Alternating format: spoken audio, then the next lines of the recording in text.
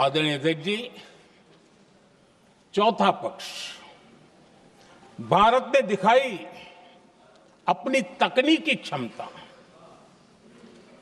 पाकिस्तान के सीने पर सटीक प्रहार किया। पाकिस्तान के एयरबेस एसेट्स को भारी नुकसान हुआ और आज तक उनके कई एयरबेस आईसीयू में पड़े हैं। आज टेक्नोलॉजी आधारित युद्ध का युग है। ऑपरेशन सिंदूर इस महारत में भी सफल सिद्ध हुआ है।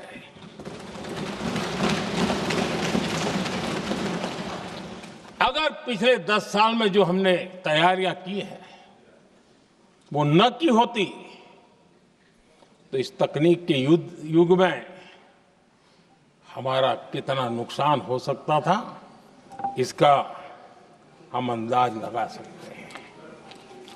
पांचवा पक्ष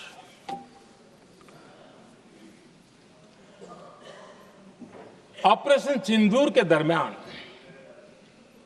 पहली बार हुआ जब आत्मनिर्भर भारत की ताकत को दुनिया ने पहचाना।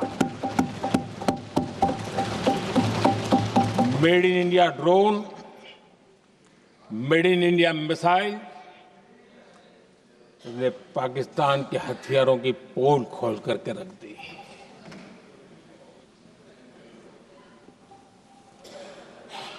आदरणीय अध्यक्ष जी, और भी एक महत्वपूर्ण काम जो हुआ है, वैसे जब राजीव गांधी जी थे उस समय उनके जो एक डिफेंस का काम देखने वाले एमओएस थे, उन्होंने जब मैंने सीडीएस की घोषणा की तो वो बहुत प्रसन्न होकर के मुझे मिलने आए थे और बहुत बहुत प्रसन्न थे वो। इस समय ऑपरेशन में नेवी, आर्मी, एयरफोर्स तीनों सेनाओं का जॉइंट एक्शन, इसके बीच की सिनर्जी, इसने पाकिस्तान के छक्के छुड़ा दिए।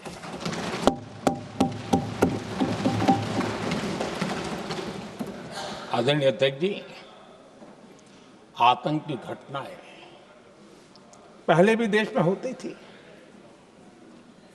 लेकिन पहले आतंकवादियों के मास्टरमाइंड निश्चिंत होते थे और वो आगे की तैयारी में लगे रहते थे। उनको पता था कुछ नहीं होगा। लेकिन अब स्थिति बदल गई है। अब हमले के बाद मास्टरमाइंड को नींद नहीं आती। उनको पता है कि भारत आएगा और मार के जाएगा।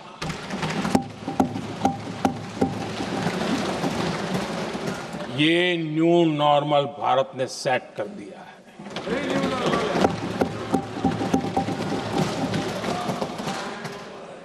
आदरणीय अध्यक्ष जी, दुनिया ने देख लिया कि हमारी कार्यवाही का दायरा कितना बड़ा, स्केल कितना बड़ा। सिंदूर से लेकर के सिंधु तक पाकिस्तान पर कार्रवाई की है। ऑपरेशन सिंदूर ने तय कर दिया कि भारत में आतंकी हमले की, उसके आकाओं को और पाकिस्तान को भारी कीमत चुकानी पड़ेगी। अब ऐसे ही नहीं जा सकते। आदरणीय अध्यक्ष जी, ऑपरेशन सिंदूर से स्पष्ट होता है कि भारत ने 3 सूत्र तय किए हैं।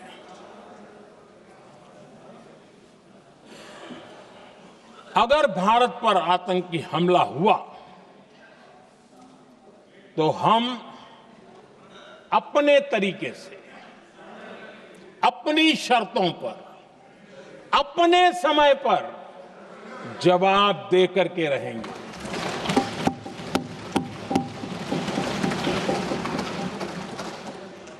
दूसरा, कोई भी न्यूक्लियर ब्लैकमेल अब नहीं चलेगा।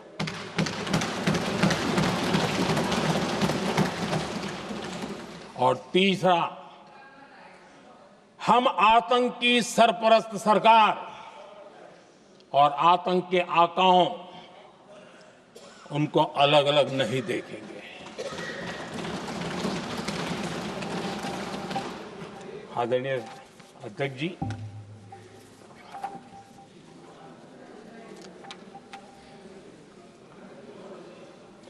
यहां पर विदेश नीति को लेकर के भी काफी बातें कही गई हैं।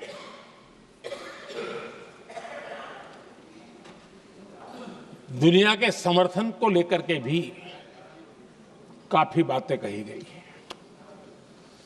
मैं आज सदन में कुछ बातें पूरी स्पष्टता से कह रहा हूं।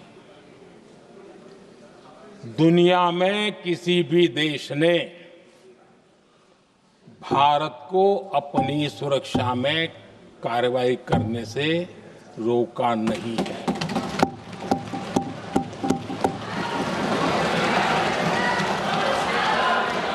संयुक्त राष्ट्र 193 कंट्रीज,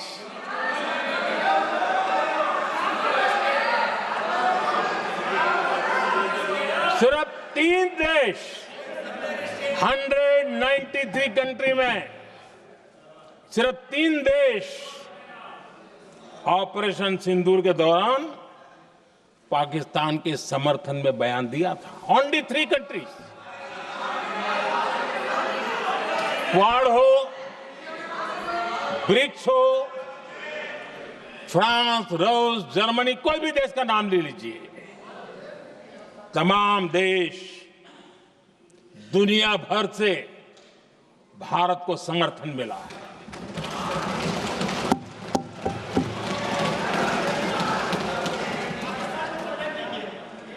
आदरणीय अध्यक्ष जी, दुनिया का समर्थन तो मिला, दुनिया के देशों का समर्थन मिला, माननीय, लेकिन ये दुर्भाग्य है कि मेरे देश के वीरों के पराक्रम को कांग्रेस का समर्थन नहीं।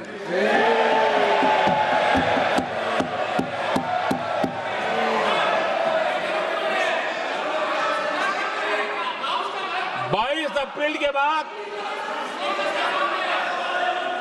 22 अप्रैल के आतंकी हमले के बाद 3-4 दिन में ही ये उछल रहे थे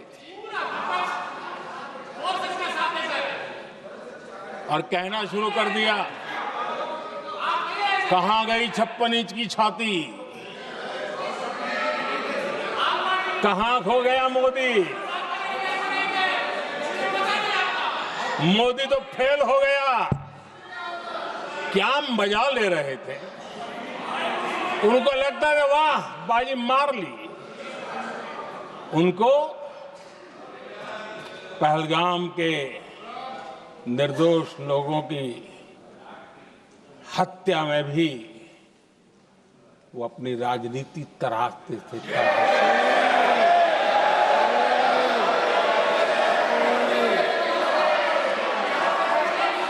अपनी स्वार्थी राजनीति के लिए मुझ पर निशाना साध रहे थे, लेकिन उनकी ये बयानबाजी, इनका छिछोरापन देश के सुरक्षा बलों का मनोबल गिरा रहा था। माननीय, नहीं माननीय, प्रतिपक्ष के नेता, एक मिनट, प्रतिपक्ष के नेता आपकी बात सबने ध्यान से सुनी। आप बेटे बेटे कांग्रेस कर रहे हैं और निर्देश दे रहे हैं नेताओं को पीछे से, ये उचित नहीं है आपके लिए। न भारत के सामर्थ्य पर भरोसा है और न ही भारत की सेनाओं पर। इसलिए वो लगातार ऑपरेशन सिंदूर पर सवाल उठा रहे हैं। ऐसा करके आप लोग मीडिया में हेडलाइंस तो ले सकते हैं, लेकिन देशवासियों के दिलों में जगह नहीं बना सकते।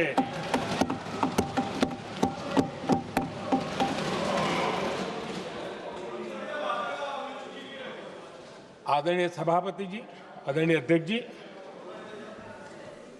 10 मई को भारत ने ऑपरेशन सिंदूर के तहत हो रहे एक्शन को रोकने की घोषणा की। इसको लेकर यहां भांति भांति की बातें कही गई। ये वही प्रोपेगेंडा है जो सीमा पार से फैलाया गया है। कुछ लोग सेना द्वारा दिए गए तथ्यों की जगह पाकिस्तान के झूठ प्रचार को आगे बढ़ाने में जुटे हुए हैं। जबकि भारत का रुख हमेशा स्पष्ट रहा है। आदरणीय अध्यक्ष जी, कुछ चीजें मैं जरा स्मरण भी कराना चाहता हूं। जब सर्जिकल स्ट्राइक हुआ उस समय हमने लक्ष्य तय किया था, हमारे जवानों को तैयार करके, कि हम उनके इलाके में जाकर के आतंकियों के जो लॉन्चिंग पैड है उनको नष्ट करेंगे। और सर्जिकल स्ट्राइक, एक रात के उस ऑपरेशन में हमारे लोग सूर्योदय होते होते काम पूरा करके वापस आए। लक्ष्य निर्धारित था कि ये करना है। जब बालाकोट एयर स्ट्राइक किया तो हमारा लक्ष्य तय था कि आतंकियों के जो ट्रेनिंग सेंटर्स है, इस बार हम उसको तबाह करेंगे, और हमने वो भी करके दिखाया। ऑपरेशन सिंदूर के समय हमारा लक्ष्य तय था, और हमारा लक्ष्य था कि आतंक के जो एपी सेंटर है और पहलगाम के आतंकियों को जहां से पुरजोश योजना बनी, ट्रेनिंग मिली, व्यवस्था मिली, उस पर हमला करेंगे। हमने उनके नाभि पर हमला कर दिया।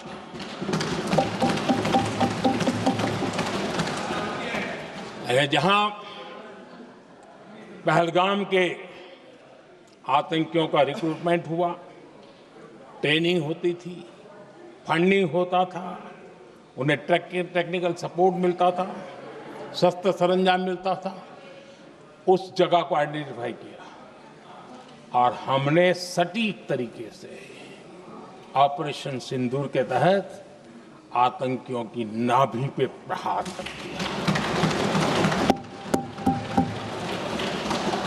और आदरणीय अध्यक्ष जी, इस बार भी हमारी सेना ने 100% लक्ष्यों को हासिल करके देश के सामर्थ्य का परिचय दिया।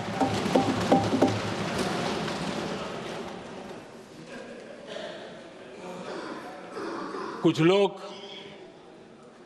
जानबूझ करके कुछ चीजें भूलने में इंटरेस्टेड होते हैं।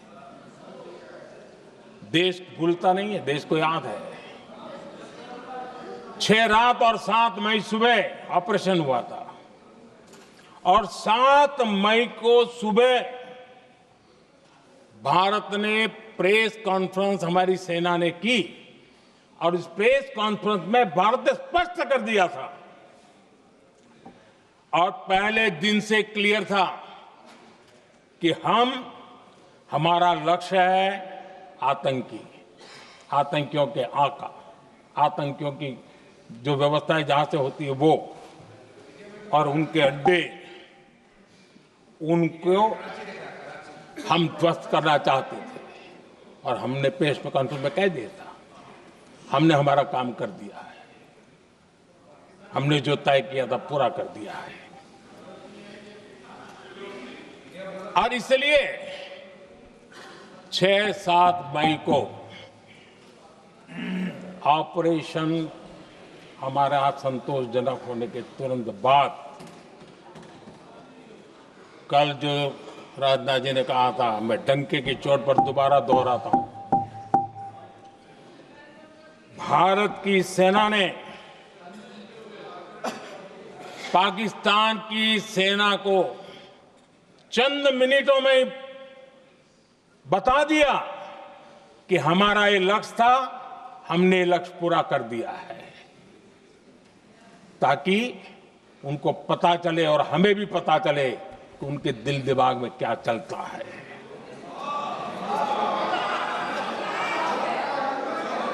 हमने अपना लक्ष्य 100% हासिल कर लिया था और पाकिस्तान में समझदारी होती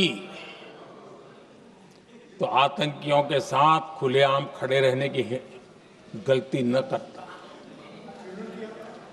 उसने निर्लज्ज होकर के आतंकवादियों के साथ खड़े रहने का फैसला किया। हम पूरी तरह तैयार थे, हम भी मौके की तलाश में थे, लेकिन हमने दुनिया को बताया था कि हमारा लक्ष्य आतंकवाद है, आतंकवादी आका है, आतंकवादी ठिकाने हैं, वो हमने पूरा कर दिया। लेकिन जब पाकिस्तान ने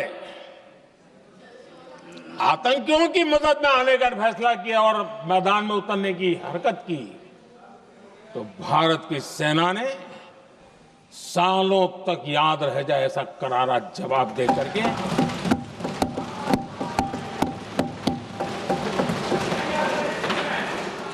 9 मई की मध्यरात्रि और 10 मई की एक प्रकार से सुबह हमारी मिसाइलें उन्होंने पाकिस्तान के हर कोने में प्रचंड प्रहार किया, जिसकी पाकिस्तान ने कभी कल्पना नहीं की थी और पाकिस्तान को घुटनों पर आने के लिए मजबूर कर दिया।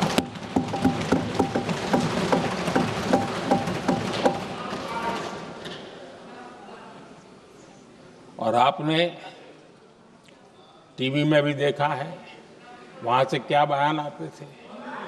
पाकिस्तान के लोग, अरे मैं तो स्विमिंग पूल में नहा रहा था, कोई कह रहा था मैं तो दफ्तर जाने की तैयारी कर रहा था, हम कुछ सोचे पहले तो भारत ने तो हमला कर दिया।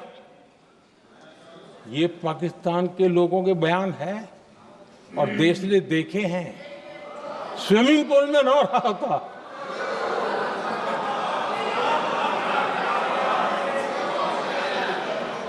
और जब इतना कड़ा प्रहार हुआ, पाकिस्तान ने कभी सोचा तक नहीं था, तब जाकर के पाकिस्तान ने फोन करके डीजीएमओ के सामने फोन करके गुहार लगाई, बस करो, बहुत मारा, अब ज्यादा मार झेलने की ताकत नहीं है, प्लीज हमला रोक दो। ये पाकिस्तान के डीजीएमओ का फोन था और भारत ने तो पहले दिन ही कह दिया था, 7 तारीख सुबह की प्रेस देख लीजिए, कि हमने हमारा लक्ष्य पूरा कर दिया है। अगर आप कुछ करोगे तो महंगा पड़ेगा। और आप धीरे ऐसे कैसे चलता है? प्लीज,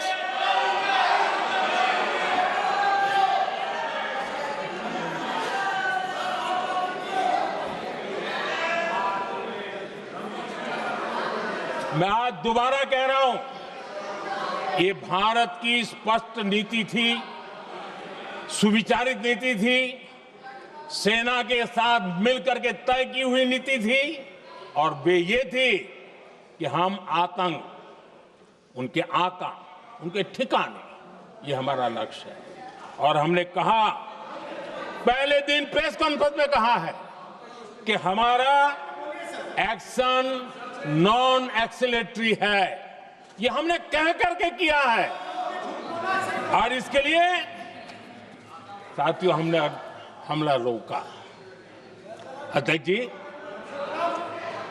दुनिया के किसी भी नेता ने भारत के ऑपरेशन रोकने के लिए नहीं कहा।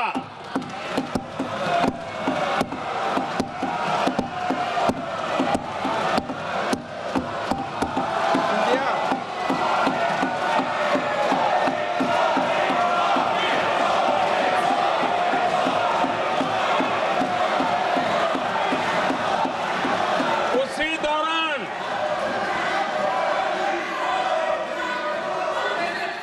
9 तारीख को रात को अमेरिका के उपराष्ट्रपति जी ने मुझसे बात करने का प्रयास किया। वो घंटे भर कोशिश कर रहे थे, लेकिन मेरी सेना के साथ मीटिंग चल रही थी, तो मैंने उनका फोन उठा नहीं पाया। बाद में मैंने उनको कॉल बैक किया। मैंने कहा कि आपका फोन था, 3-4 बार आपका फोन आ गया, क्या है? तो अमेरिका के उपराष्ट्रपति जी ने मुझे फोन पे बताया कि पाकिस्तान बहुत बड़ा हमला करने वाला है, ये उन्होंने मुझे बताया। मेरा जो जवाब था, जिनको समझ नहीं आता है उनको तो नहीं आएगा,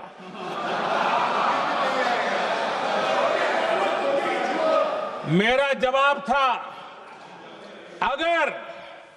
अगर पाकिस्तान का ये इरादा है तो उसे बहुत महंगा पड़ेगा। ये मैंने अमेरिका के उपराष्ट्रपति को कहा।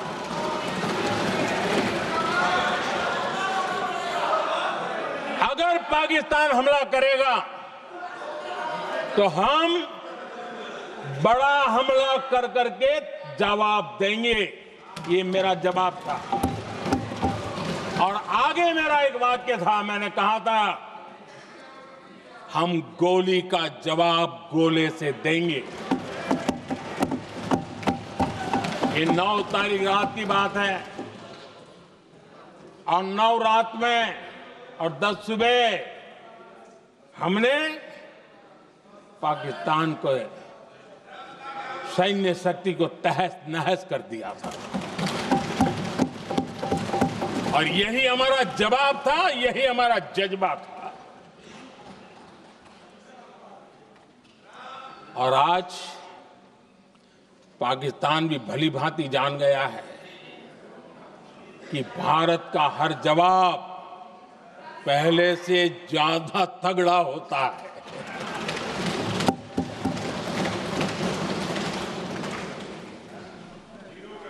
उसे यह भी पता है कि अगर भविष्य में नौबत आई तो भारत आगे कुछ भी कर सकता है।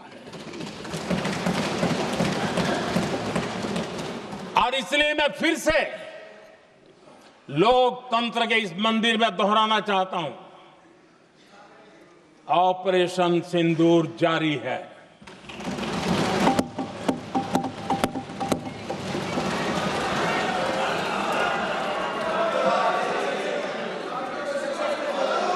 पाकिस्तान ने दुस्साहस की अगर कल्पना की तो उसे करारा जवाब दिया जाएगा।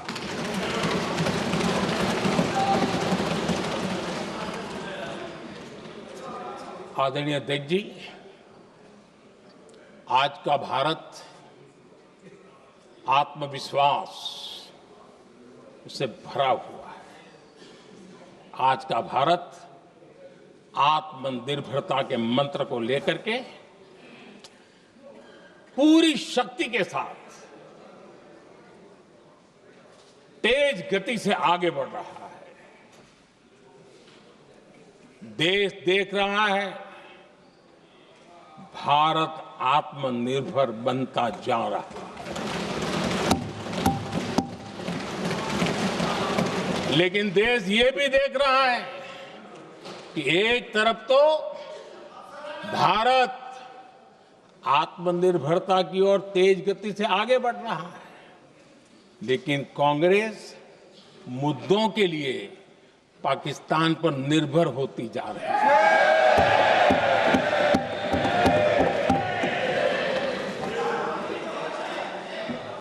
मैं आज पूरा दिन देख रहा था, जो 16 घंटे से जो चर्चा चल रही है, दुर्भाग्य से। प्लीज बैठिए, सब जवाब दे दिया आपका, आप सुनते नहीं, सबका जवाब दे दिया। प्लीज दुर्भाग्य से सुनिए जवाब। कांग्रेस को पाकिस्तान के मुद्दे इंपोर्ट करने पड़ रहे हैं।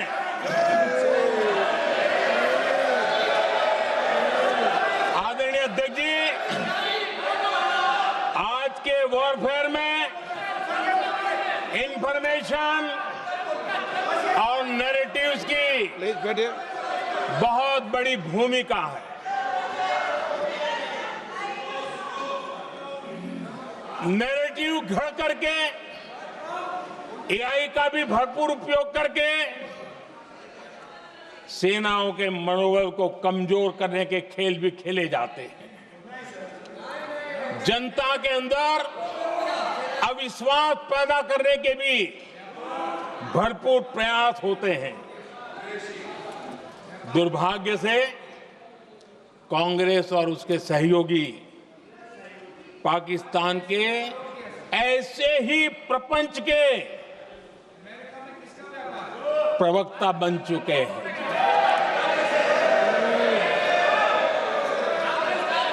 आदरणीय अध्यक्ष जी, देश की सेना ने, आदरणीय अध्यक्ष जी, ये तरीका है देश आपका? की सेना ने, बैठिए बैठिए। देश की सेना ने सर्जिकल स्ट्राइक की। बैठिए।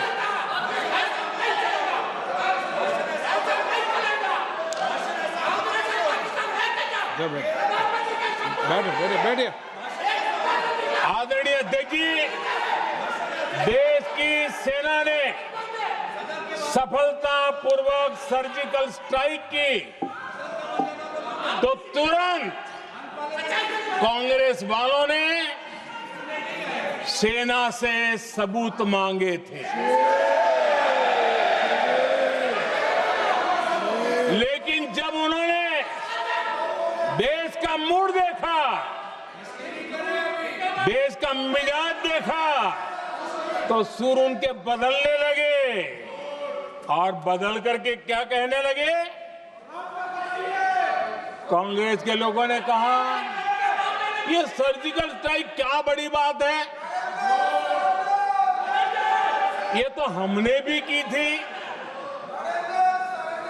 एक ने कहा 3 सर्जिकल स्ट्राइक की थी, दूसरे ने कहा 6 सर्जिकल स्ट्राइक की थी, तीसरे ने कहा 15 सर्जिकल स्ट्राइक की थी। जितना बड़ा नेता उतना बड़ा आंकड़ा चल रहा था।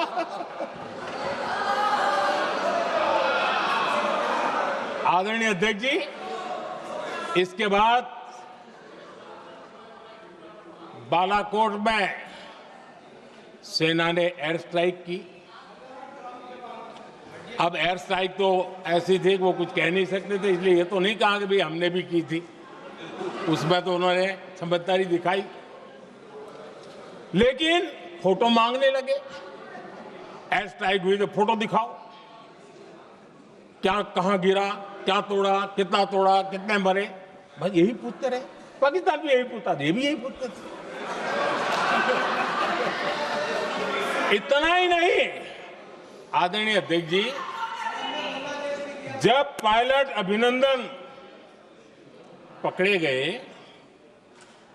तो पाकिस्तान में तो खुशी का माहौल होना स्वाभाविक था कि उनके हाथ में भारतीय सेना का एक पायलट उनके हाथ लगा था। लेकिन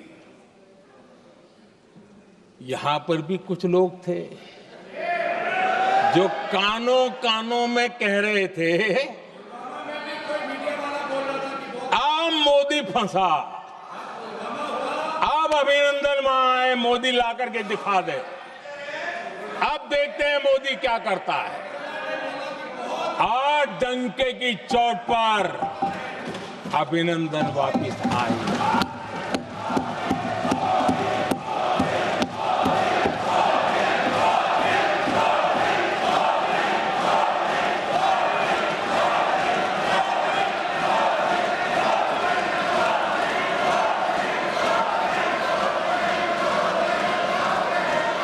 अभिनंदन को ले आए तो इनकी बोलती बंद हो गई।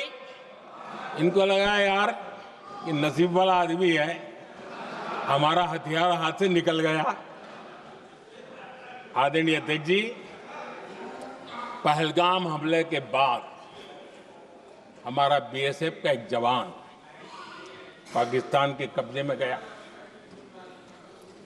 तो फिर इनको लगा वाह, बड़ा मुद्दा हाथ में आ गया है, अब मोदी फंस जाएगा। अब तो मोदी की फजीयत जरूर होगी। और उनकी इकोसिस्टम ने सोशल मीडिया में बहुत सारी कथाएं वायरल की कि ये बीएसएफ के जवान का क्या होगा, उसके परिवार का क्या होगा, ये वापस आएगा, कब आएगा, कैसे आएगा, न जाने क्या क्या चला दिया। आदरणीय अध्यक्ष जी, बीएसएफ का वो जवान भी आन बान शान के साथ वापस आया।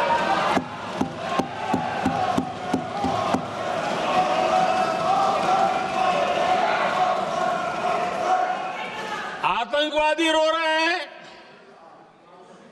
आतंकवादियों के आका रो रहे हैं, और उनको रोते देखकर यहां भी कुछ लोग रो रहे हैं।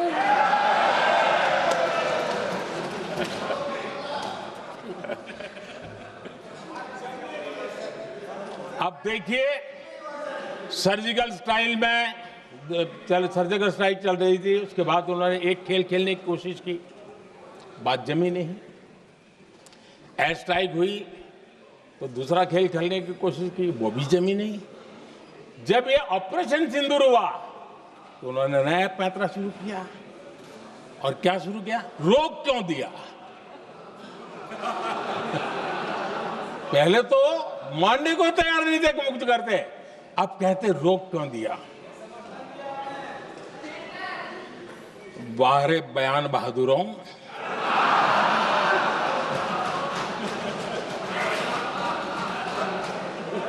आपको विरोध का कोई न कोई बहाना चाहिए,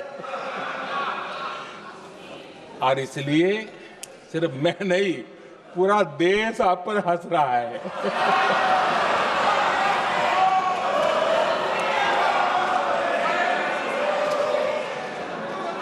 आदरणीय अध्यक्ष जी, सेना का विरोध,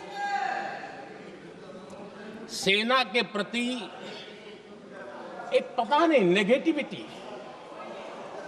ये कांग्रेस का पुराना रवैया रहा। देश ने अभी अभी करगिल विजय दिवस मनाया। लेकिन देश पूरी तरह जानता है कि उनके कार्यकाल में और आज तक करगिल के विजय को कांग्रेस ने अपनाया नहीं।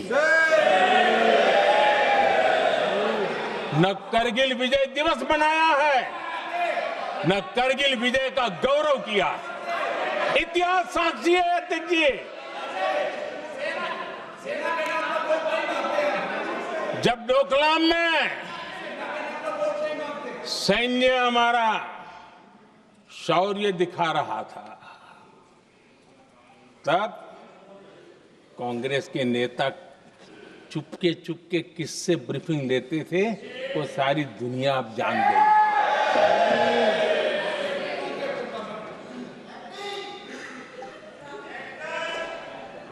आप निकाल दीजिए पाकिस्तान के सारे बयान और यहां हमारा विरोध करने वाले लोगों के बयान, फुल स्टॉप कॉमा के साथ एक है। क्या कहेंगे इसको?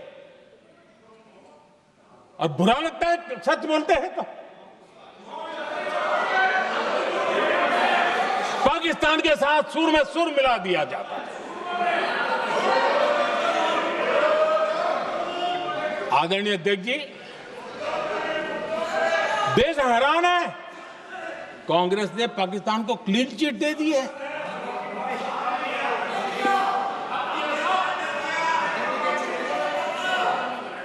उनकी ये हिम्मत, और इनकी आदत जाती नहीं है, ये हिम्मत कि पहलगाम के आतंकी पाकिस्तानी थे, इसका सबूत दो।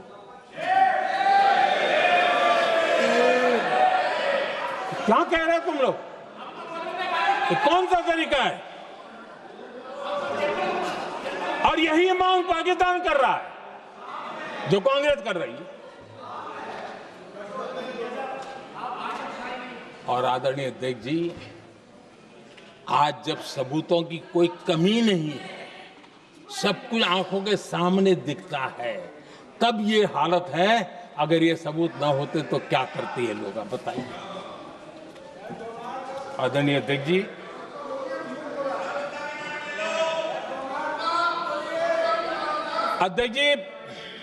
ऑपरेशन सिंदूर के एक पार्ट की तरफ तो चर्चा भी बहुत होती है, ध्यान भी जाता है, लेकिन देश के लिए कुछ गौरव की क्षणें होती हैं, ताकत की परिचय होता है, उसकी तरफ भी ध्यान जाना बहुत आकर्षित है।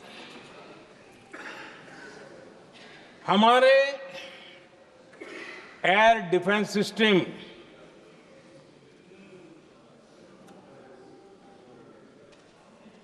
दुनिया में इसकी चर्चा है। हमारे एयर डिफेंस सिस्टम ने पाकिस्तान की मिसाइल और ड्रोन्स उसको तिनके की तरफ बिखेर दिया था।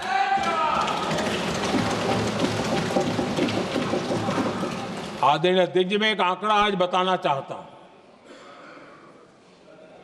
पूरा देश गर्व से भर जाएगा। कुछ लोगों का क्या होगा मैं नहीं जानता, पूरा देश गर्व से भर जाएगा। 9 मई को पाकिस्तान ने करीब 1000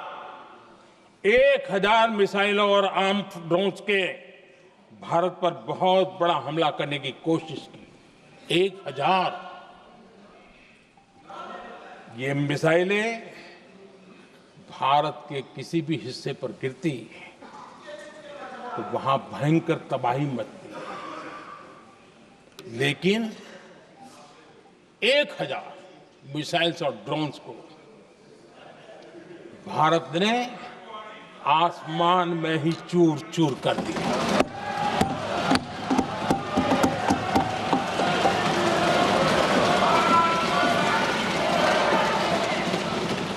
हर देशवासी को इससे गर्व हो रहा। लेकिन जैसे कांग्रेस के लोग इंतजार कर रहे थे, कुछ तो गड़बड़ होगी यार, मोदी मरेगा, कहीं तो फंसेगा।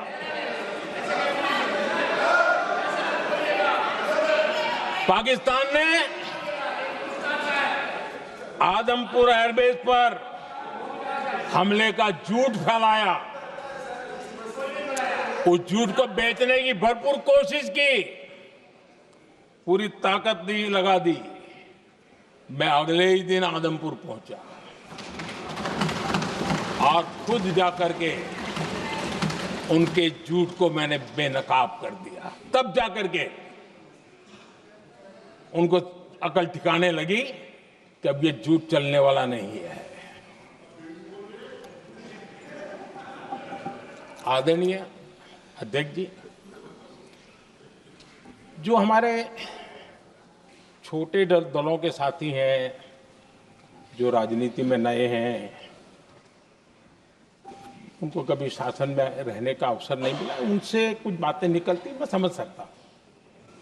लेकिन कांग्रेस पार्टी ने इस देश में लंबे समय तक राज किया है, उसको शासन की व्यवस्थाओं का पूरा पता है, उन चीजों से वो निकले हुए लोग हैं, उनके लिए शासन व्यवस्था क्या होती इसकी समझ पूरी है, अनुभव है उनके पास। उसके बाद भी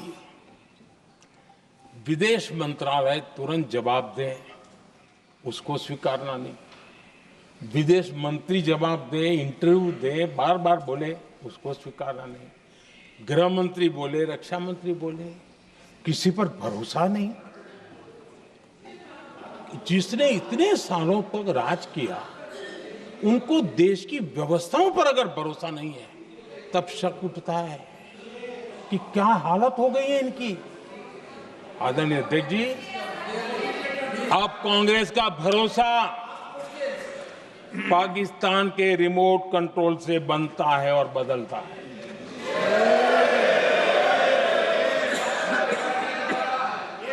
आदरणीय अध्यक्ष जी, एक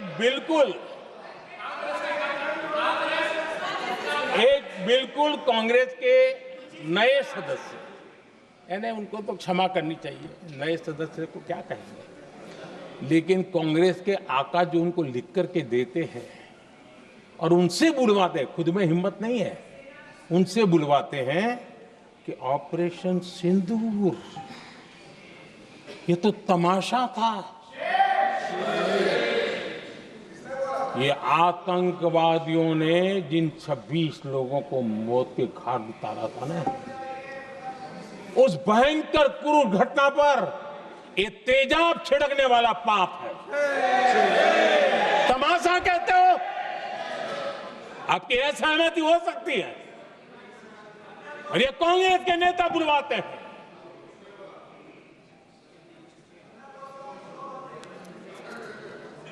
आदरणीय अध्यक्ष जी, पहलगाम के हमलावरों को कल हमारे सुरक्षा बलों ने ऑपरेशन महादेव करके अपने अंजाम तक पहुंचाया।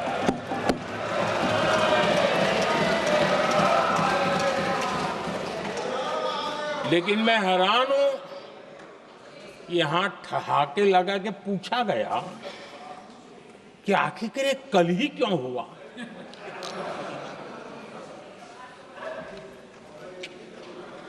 अब ये क्या हो गया है, मुझे समझ नहीं आ रहा है। क्या ये ऑपरेशन के लिए कोई सावन महीने का सोमवार ढूंढा गया था क्या? क्या हो गया है इन लोगों को? हताशा, निराशा इस हद तक।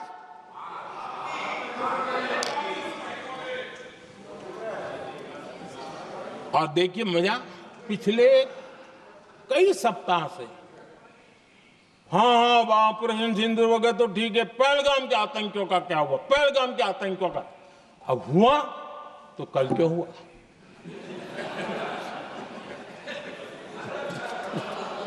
और कल ही क्यों हुआ? क्या हाल है अध्यक्ष जी का।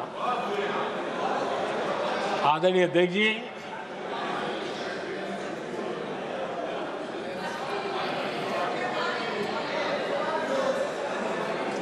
आदरणीय अध्यक्ष जी, शास्त्रों में कहा गया है, हमारे शास्त्रों में कहा गया है, शस्त्रेण रक्षिते राष्ट्रे, शस्त्रेण रक्षिते राष्ट्रे शास्त्र चर्चा प्रवर्तते। अर्थात जब राष्ट्र शस्त्र से सुरक्षित होते हैं तभी वहां शास्त्र की, ज्ञान की चर्चाएं जन्म ले पाती है। जब सीमा पर सेनाएं मजबूत होती हैं तभी लोकतंत्र प्रखर होता है। आदरणीय अध्यक्ष जी, ऑपरेशन सिंदूर बीते दशक में भारत की सेना के सशक्तिकरण का एक साक्षात प्रमाण है। ऐसे ही नहीं हुआ है। कांग्रेस के शासन के दौरान सेनाओं को आत्मनिर्भर बनाने के संबंध में सोचा तक नहीं जाता था। आज भी आत्मनिर्भर शब्द की मजाक उड़ाई जाती है। वैसे वो महात्मा गांधी से आया हुआ है, लेकिन आज भी मजाक उड़ाई जाती है। हर रक्षा सौदे में कांग्रेस अपने मौके खोजती रहती थी।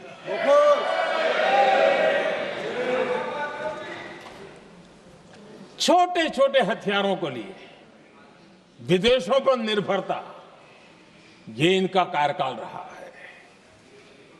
Bullet proof jacket, night vision camera तक नहीं होते थे और लंबा लिस्ट है। जीप से शुरू होता है, बफो, हेलीकॉप्टर, हर चीज के साथ घोटाला जुड़ा हुआ है। आदरणीय अध्यक्ष जी, हमारी सेनाओं को आधुनिक हथियारों के लिए दशकों तक इंतजार करना पड़ा। आजादी के पहले, और इतिहास गवाह, एक जमाना था जब डिफेंस मैन्युफैक्चरिंग में भारत का आवाज सुनाई देती थी। जिस समय तलवारों से लड़ा जाता था ना, तब भी तलवारें भारत की श्रेष्ठ मानी जाती थी। हम डिफेंस के इक्विपमेंट में आगे थे। लेकिन आजादी के बाद जो एक मजबूत डिफेंस इक्विपमेंट मैन्युफैक्चरिंग का हमारा दायरा था, जो हमारा पूरा इकोसिस्टम था, उसको सोच समझ करके तबाह कर दिया गया, उसको दुर्बल किया गया।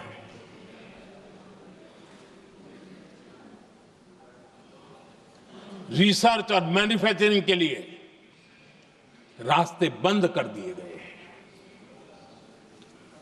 अगर इसी नीति पर हम चलते तो भारत इस 21वीं सदी में ऑपरेशन सिंदूर के संबंध में सोच भी नहीं सकता। यह हालत करके रखा हुआ था उन्होंने। भारत को सोचना पड़ता कि अगर कोई एक्शन लेना है तो शस्त्र कहां से मिलेंगे, साधन कहां से मिलेगा, बारूद कहां से मिलेगा, समय पर मिलेगा या नहीं मिलेगा, बीच बचाव में रुकता नहीं जाएगा, ये टेंशन पालना पड़ता है।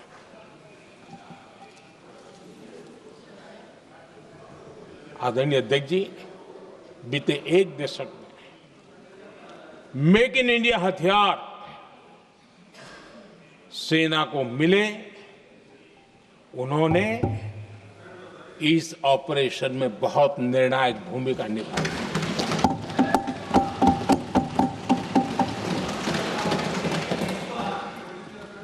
आदरणीय अध्यक्ष जी, एक दशक पहले भारत के लोगों ने संकल्प लिया, हमारा देश सशक्त, आत्मनिर्भर और आधुनिक राष्ट्र बने। रक्षा, सुरक्षा, हर क्षेत्र में बदलाव के लिए एक के बाद एक ठोस कदम उठाए गए, सीरीज ऑफ रिफॉर्म्स किए गए और देश में सेना में जो रिफॉर्म्स हुए हैं, जो आजादी के बाद पहली बार हुए। चीफ ऑफ डिफेंस स्टाफ की नियुक्ति, ये विचार कोई नया नहीं था, दुनिया में प्रयोग भी चलते हैं, भारत में निर्णय नहीं होते थे।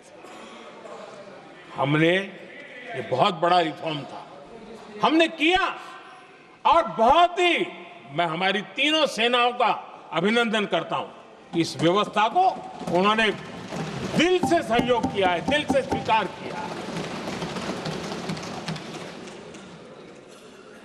सबसे बड़ी ताकत जॉइंटनेस और इंटीग्रेशन की इस समय नेवी हो, एयरफोर्स हो, आर्मी हो, ये इंटीग्रेशन और जॉइंटनेस ने हमारी ताकत को अनेक गुना बढ़ा दिया और उसका परिणाम भी हमें नजर में आया है, ये हमने करके दिखाया है।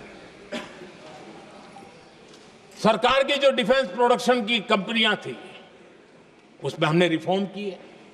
शुरुआत में वहां पर आग लगाना, आंदोलन करवाना, हड़तालें करवाने के खेल चल रहे थे, अभी भी बंद नहीं हुए हैं, लेकिन देश हित को सर्वोपरि मान करके उन डिफेंस इंडस्ट्री के हमारे जो लोग थे सरकारी व्यवस्था में, उन्होंने इसको मन से लिया, रिफॉर्म को स्वीकार किया और वो भी आज बहुत प्रोडक्टिव बन गए।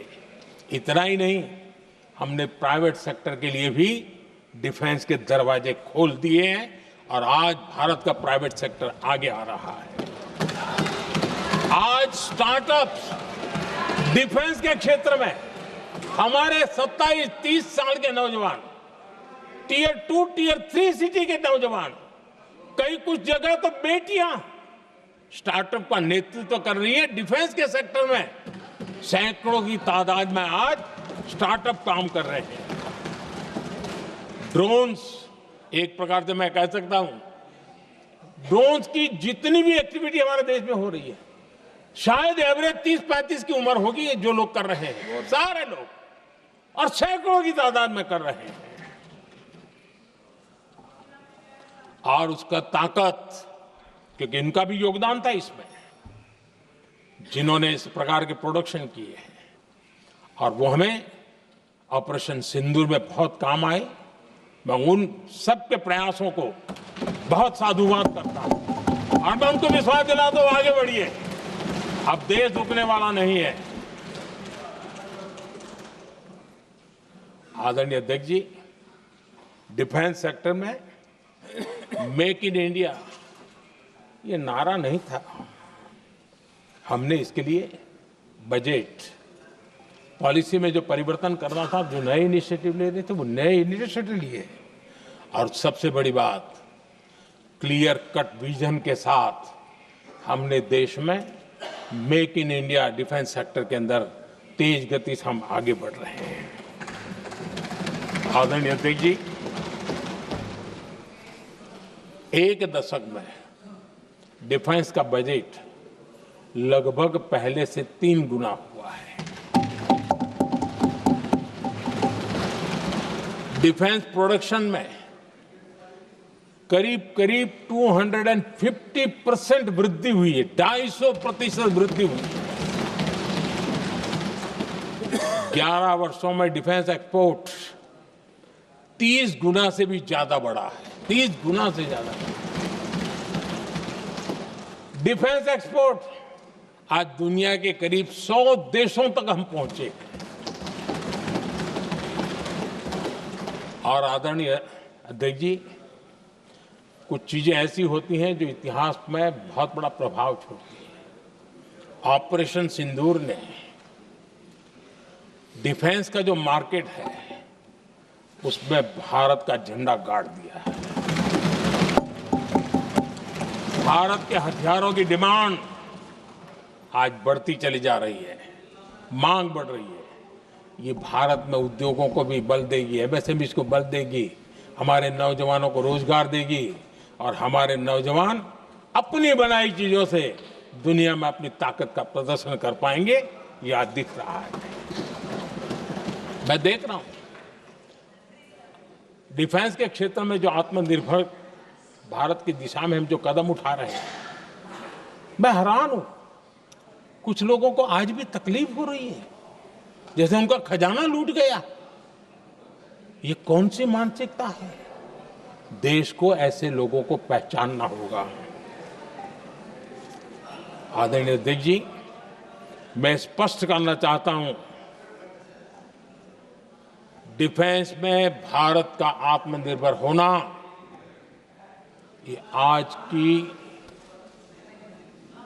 शस्त्रों की स्पर्धा में के काल में विश्व शांति के लिए भी जरूरी है।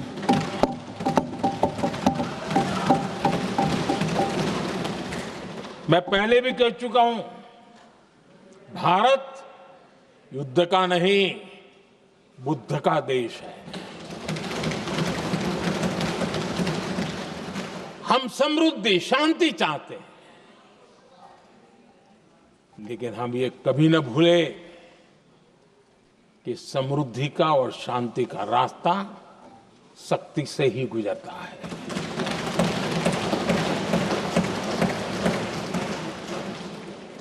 आदरणीय अध्यक्ष जी, हमारा भारत छत्रपति शिवाजी महाराज, महाराजा रणजीत सिंह, राजेंद्र चोला, महाराणा प्रताप, लसित बोरफुकन और महाराजा सुहेलदेव का देश है।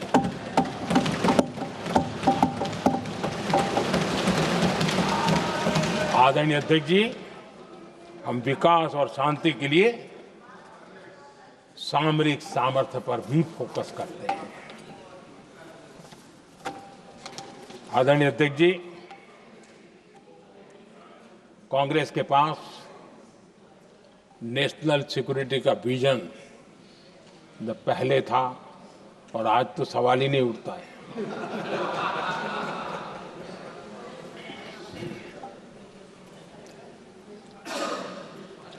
कांग्रेस ने हमेशा नेशनल सिक्योरिटी पर समझौता किया।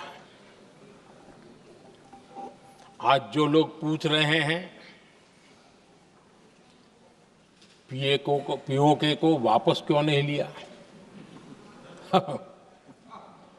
वैसे ये सवाल मुझे ही पूछ सकते हैं और किसको पूछ सकते हैं।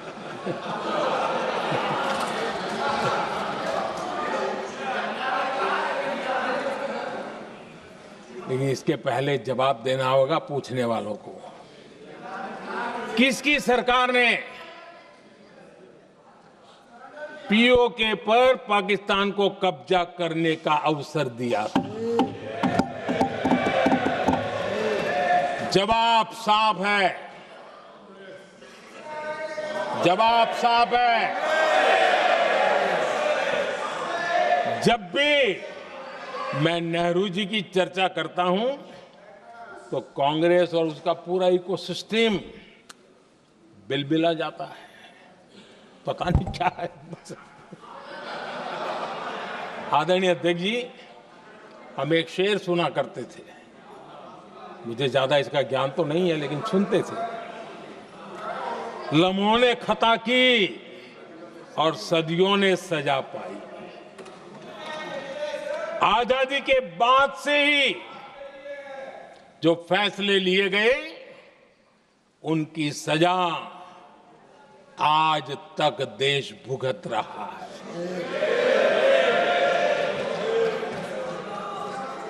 यहां बार बार एक बात का जिक्र हुआ और मैं फिर से करना चाहूंगा। अक्साई चीन की उस पूरे क्षेत्र को बंजर जमीन करार दिया गया, ये कहकर के तो बंजर है। देश की 38,000 वर्ग किलोमीटर जमीन हमें खोनी पड़ी।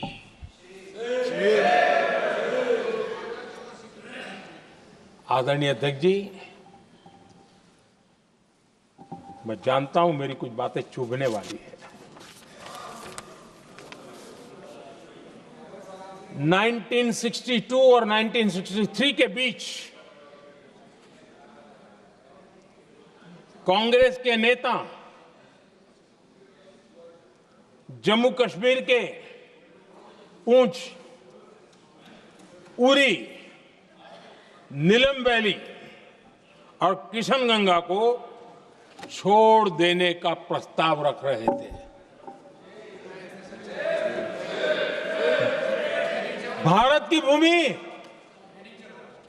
आदरणीय अध्यक्ष जी, और वो भी लाइन ऑफ पीस के नाम पर किया जा रहा था। 1966 रण ऑफ कच्छ पर इन्हीं लोगों ने मध्यस्थता स्वीकार की। ये था उनका राष्ट्रीय सुरक्षा का विजन। एक बार फिर उन्होंने भारत का करीब 800 वर्ग किलोमीटर क्षेत्र पाकिस्तान को सौंप दिया, जिसमें छड़बेट भी शामिल है, कि कहीं उसको छड़ा बेट भी कहते हैं। 1965 की जंग में हाजीपीर पास को हमारी सेना ने वापस जीत लिया था, लेकिन कांग्रेस ने उसे फिर लौटा दिया। 1971 पाकिस्तान के 93,000 फौजी हमारे पास बंदी थे। पाकिस्तान का हजारों वर्ग किलोमीटर एरिया हमारी सेना ने कब्जा किया था। हम बहुत कुछ कर सकते थे, विजय की स्थिति में थे। उस दौरान अगर थोड़ी सा विजन होता, थोड़ी सी समझ होती, तो पीओके वापस लेने का निर्णय हो सकता। वो मौका था, वो मौका भी छोड़ दिया गया।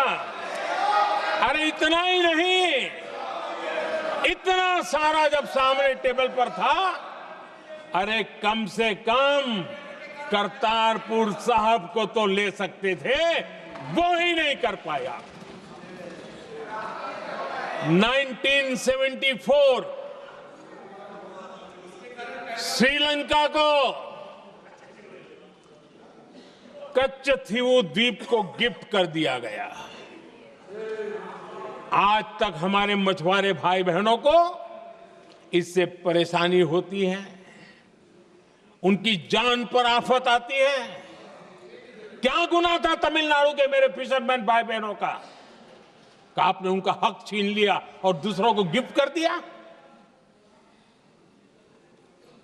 कांग्रेस का दशकों से इरादा लेकर चल रही थी कि सियाचिन से सेना हटा दी जाए। आदरणीय अध्यक्ष जी, 2014 में देश ने इनको मौका नहीं दिया, वरना आज सियाचिन भी हमारे पास नहीं होता।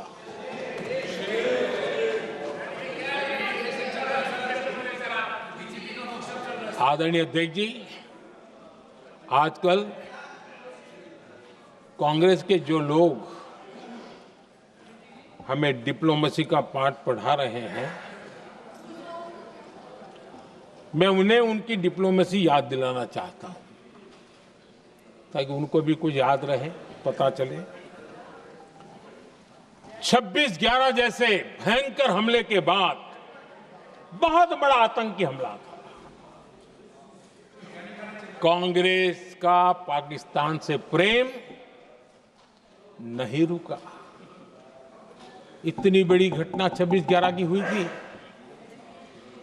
विदेशी दबाव में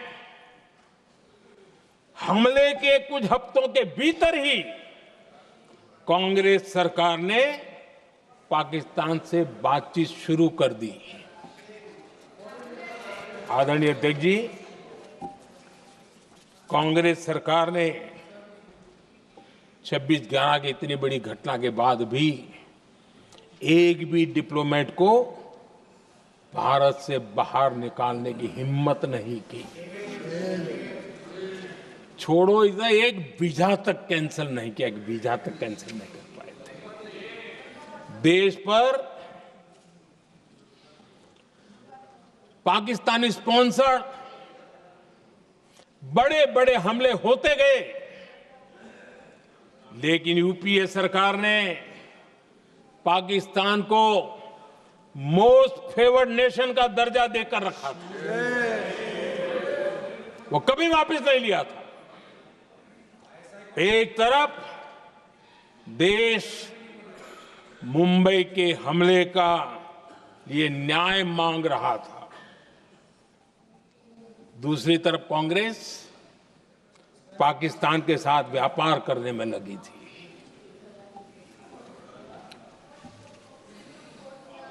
पाकिस्तान वहां से खून की होली खेलने वाले आतंकियों को भेजते रहे,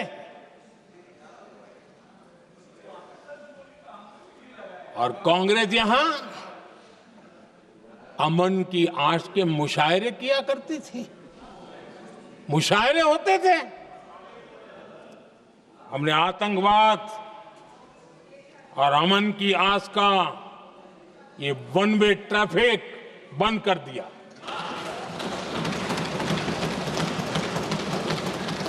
हमने पाकिस्तान का एमएफएन का दर्जा रद्द किया, वीजा बंद किया। हमने अटारी वाघा बॉर्डर को बंद कर दिया। आदरणीय अध्यक्ष जी,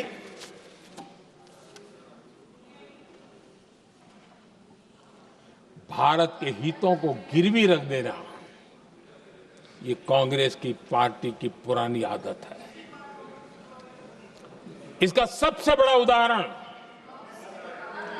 सिंधु जल समझौता है। सिंधु जल समझौता किसने किया? नेहरू जी ने किया। और मामला किससे जुड़ा था? भारत से निकलने वाली नदियां, हमारे यहां से निकली हुई नदियां, उसका वो पानी था। और वो नदियां हजारों साल से भारत की सांस्कृतिक विरासत रही है, भारत की चैतन्य शक्ति रही है। भारत को सुजलाम सुफलाम बनाने में उन नदियों का बहुत बड़ा योगदान रहा है। सिंधु नदी जो सदियों से भारत की पहचान हुआ करती थी, उसी से भारत जाना जाता था। लेकिन नेहरू जी और कांग्रेस ने सिंधु और झेलम जैसी नदियों पर विवाद के लिए पंचायत किसको दी? वर्ल्ड बैंक को दी। वर्ल्ड बैंक फैसला करे क्या कर रहा है। नदी हमारी, पानी हमारा।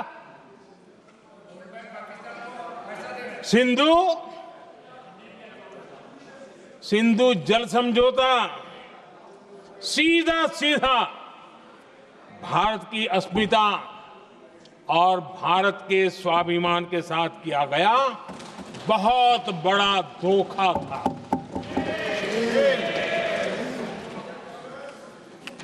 आदरणीय अध्यक्ष जी, आज के देश के युवा ये बात सुनते होंगे तो उनको भी आश्चर्य होगा कि ऐसे लोग थे हमारे देश का काम करते थे।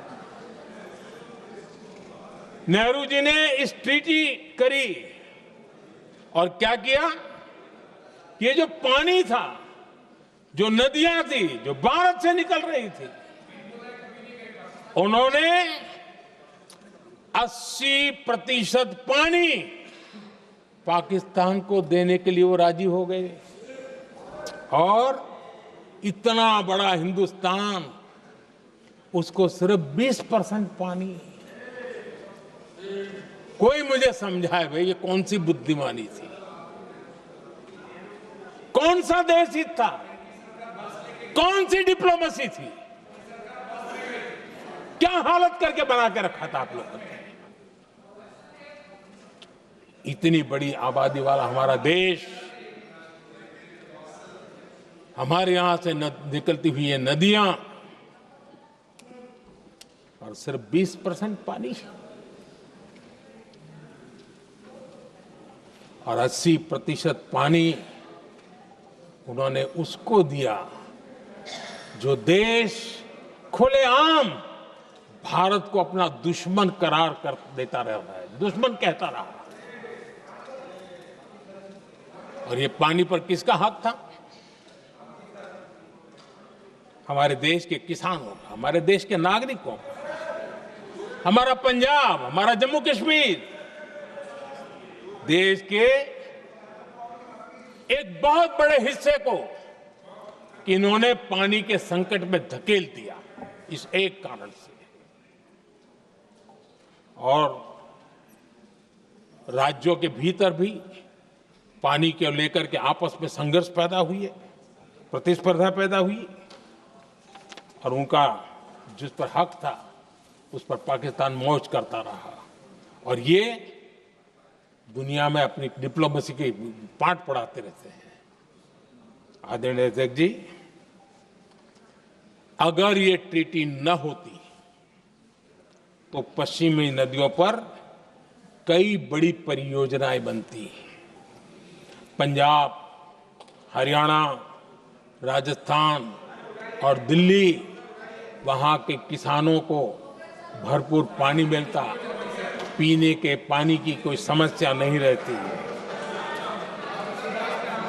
औद्योगिक प्रगति के लिए भारत बिजली बना पाता। इतना ही नहीं, नेहरू जी ने इसके उपरांत करोड़ों रुपए भी दिए ताकि पाकिस्तान नहर बना सके।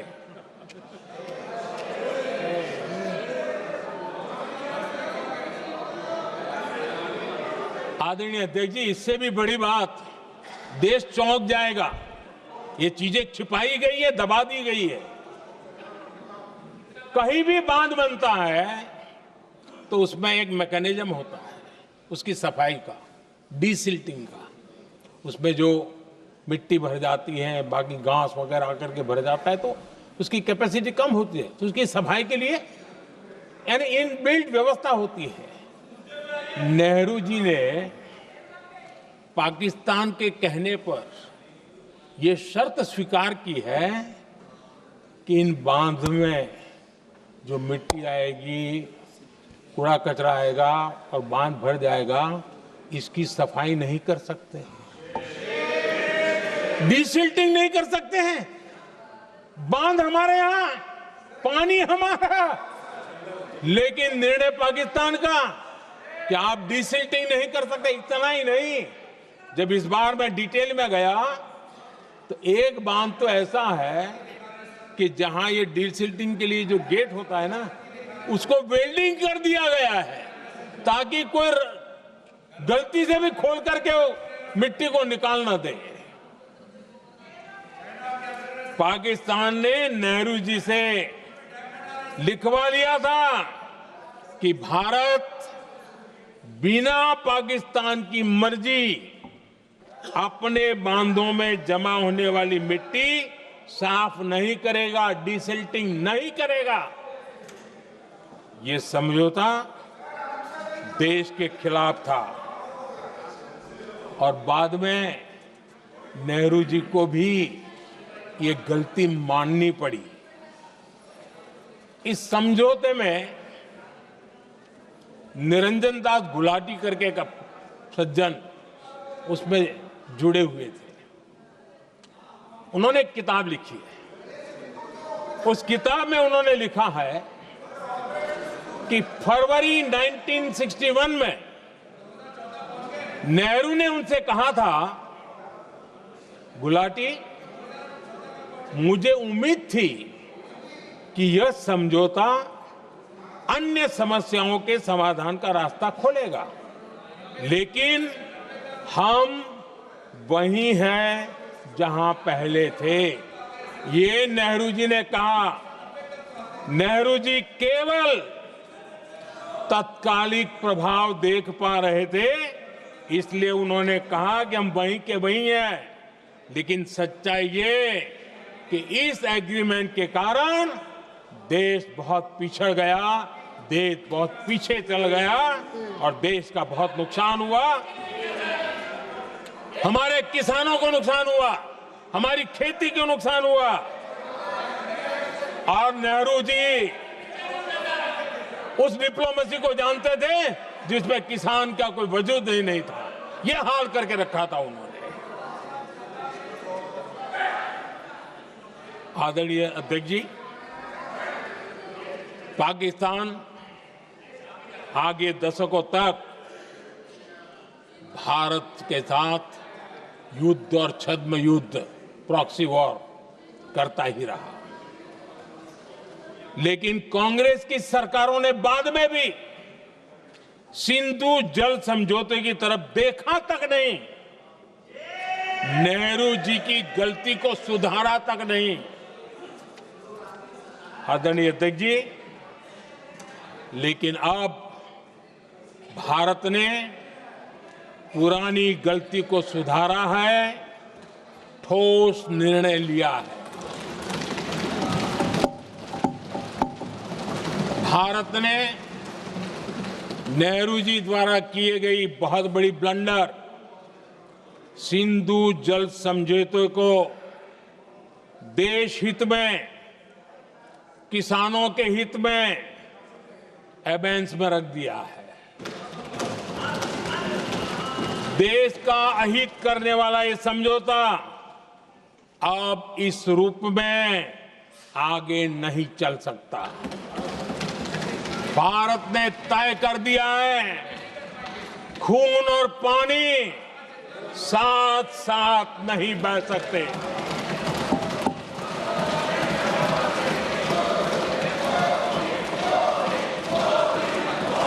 माननीय सदस्य, आप बहुत देर हो गई, आप उपनेता हैं, ये तरीका आप बैठे बैठे टोकते हैं, प्लीज, ये शोभा नहीं देता आपके लिए। बैठिए बैठिए बैठिए आदरणीय, बैठिए, शोभा नहीं देता आपका। अध्यक्ष जी, आप उपनेता, अपनी मर्यादा बना के रखें। चलिए बैठिए। वहां बैठे साथी आतंकवाद पर लंबी लंबी बातें करते हैं। जब ये सत्ता में था, जुड़े हुए हैं। जब इनको राज करने का अवसर मिला था, तब देश का हाल क्या है, क्या रहा था, वो आज भी देश भूला नहीं है। 2014 से पहले देश में असुरक्षा का जो माहौल था, अगर वो आज याद भी करे ना, तो लोग सिहर जाते हैं। आदरणीय अध्यक्ष जी, हम सबको याद है, जो नई पीढ़ी के बच्चे हैं उनको पता नहीं है, हम सबको पता है। हर जगह पर अनाउंसमेंट होता था, रेलवे स्टेशन पर जाओ, बस स्टैंड पर जाओ, एयरपोर्ट पर जाओ, बाजार में जाओ, मंदिर में जाओ, कहीं पर भी जाओ, जहां भी भीड़ होती है, कोई भी लावारिस चीज दिखे छूना मत, पुलिस को तुरंत जानकारी देना, वो बम हो सकता है। हम 2014 तक यही सुनते आए थे, ये हालात करके रखा था। देश के कोने कोने में यही हाल था। माहौल ये था कि जैसे कदम कदम पर बम बिछे हैं और खुद को ही नागरिकों ने बचाना है। उन्होंने हाथ ऊपर कर दिए थे, अनाउंस कर दिया। आदरणीय अध्यक्ष जी, कांग्रेस की कमजोर सरकारों के कारण देश को कितनी जानें गंवानी पड़ी, हमें अपनों को खोना पड़ा। आदरणीय अध्यक्ष जी, आतंकवाद पर ये लगाम लगाई जा सकती थी। हमारी सरकार ने 11 साल में ये करके दिखाया एक बहुत बड़ा सबूत है। 2004 से 14 के बीच जो आतंकी घटनाएं होती थी, उन घटनाओं में बहुत बड़ी कमी आई है। इसलिए देश भी जानना चाहता है, अगर हमारी सरकार आतंकवाद पर नकेल कस सकती है तो कांग्रेस सरकारों की ऐसी कौन सी मजबूरी थी कि आतंकवाद को फलने फूलने दिया। आदरणीय अध्यक्ष जी, कांग्रेस के राज में आतंकवाद अगर फला फूला है तो उसका एक बड़ा कारण इनकी तुष्टीकरण की राजनीति है, वोट बैंक की राजनीति है। जब दिल्ली में बाटला हाउस एनकाउंटर हुआ, कांग्रेस के एक बड़ी नेता के आंख में आंसू थे, आतंकवादी मारे गए इसके कारण। और वोट पाने के लिए इस बात को हिंदुस्तान के कोने कोने में पहुंचाया गया। आदरणीय अध्यक्ष जी, 2001 में देश की संसद पर हमला हुआ था। तब कांग्रेस के एक बड़े नेता ने अफजल गुरु को बेनिफिट ऑफ डाउट देने की बात कही थी। आदरणीय अध्यक्ष जी, मुंबई में 26/11 का इतना बड़ा आतंकी हमला हुआ, एक पाकिस्तानी आतंकी जिंदा पकड़ा गया। पाकिस्तान की मीडिया ने, दुनिया ने यह स्वीकार किया कि पाकिस्तानी है, लेकिन यहां कांग्रेस पार्टी इतना बड़ा पाकिस्तान का पाप, इतना बड़ा पाकिस्तानी आतंकी हमला, और ये क्या खेल खेल रहे थे? वोट बैंक की राजनीति के लिए क्या कर रहे थे? कांग्रेस पार्टी इसको भगवा आतंक सिद्ध करने में जुटी हुई है।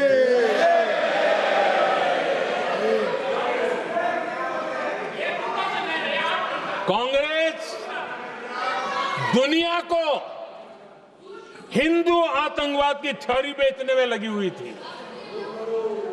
कांग्रेस के एक नेता ने अमेरिका के बड़े राजनयिक को यहां तक कह दिया था कि लश्कर-ए तोयबा से भी बड़ा खतरा भारत के हिंदू ग्रुप है। यह कहा गया था। तुष्टीकरण के लिए कांग्रेस ने जम्मू कश्मीर में भारत का संविधान, बाबा साहब अंबेडकर का संविधान, उसे जम्मू कश्मीर में पैर नहीं रखने दिए, इन्होंने घुसने नहीं दिया, उसे बाहर रखा। तुष्टीकरण और वोट बैंक की राजनीति के लिए कांग्रेस हमेशा देश की सुरक्षा को बलि चढ़ाती रही। आदरणीय अध्यक्ष जी,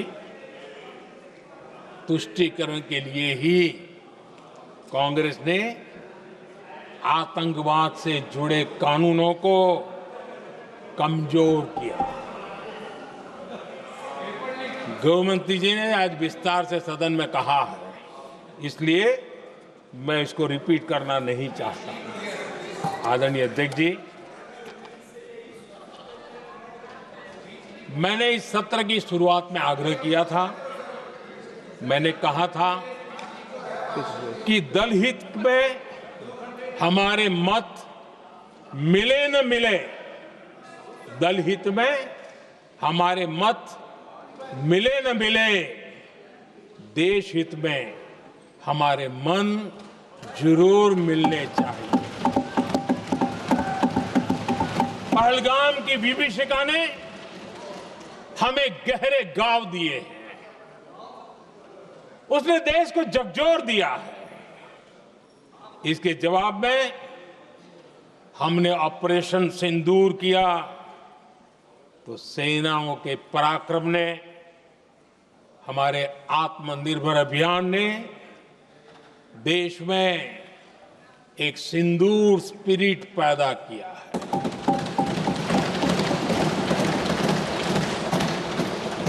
ये सिंदूर स्पिरिट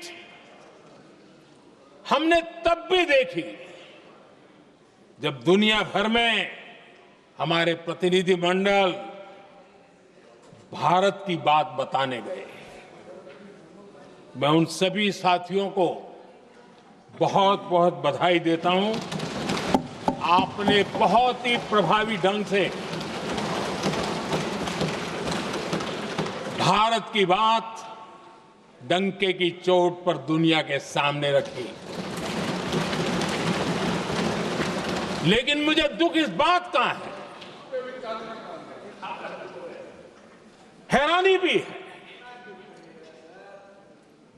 जो खुद को कांग्रेस के बड़े नेता समझते हैं, उनके पेट में दर्द हो रहा है कि भारत का पक्ष दुनिया के सामने क्यों रखा गया। शायद कुछ नेताओं को सदन में बोलने पर भी पाबंदी लगा दी गई है। आदरणीय अध्यक्ष जी, इस मानसिकता से बाहर निकलने की जरूरत है।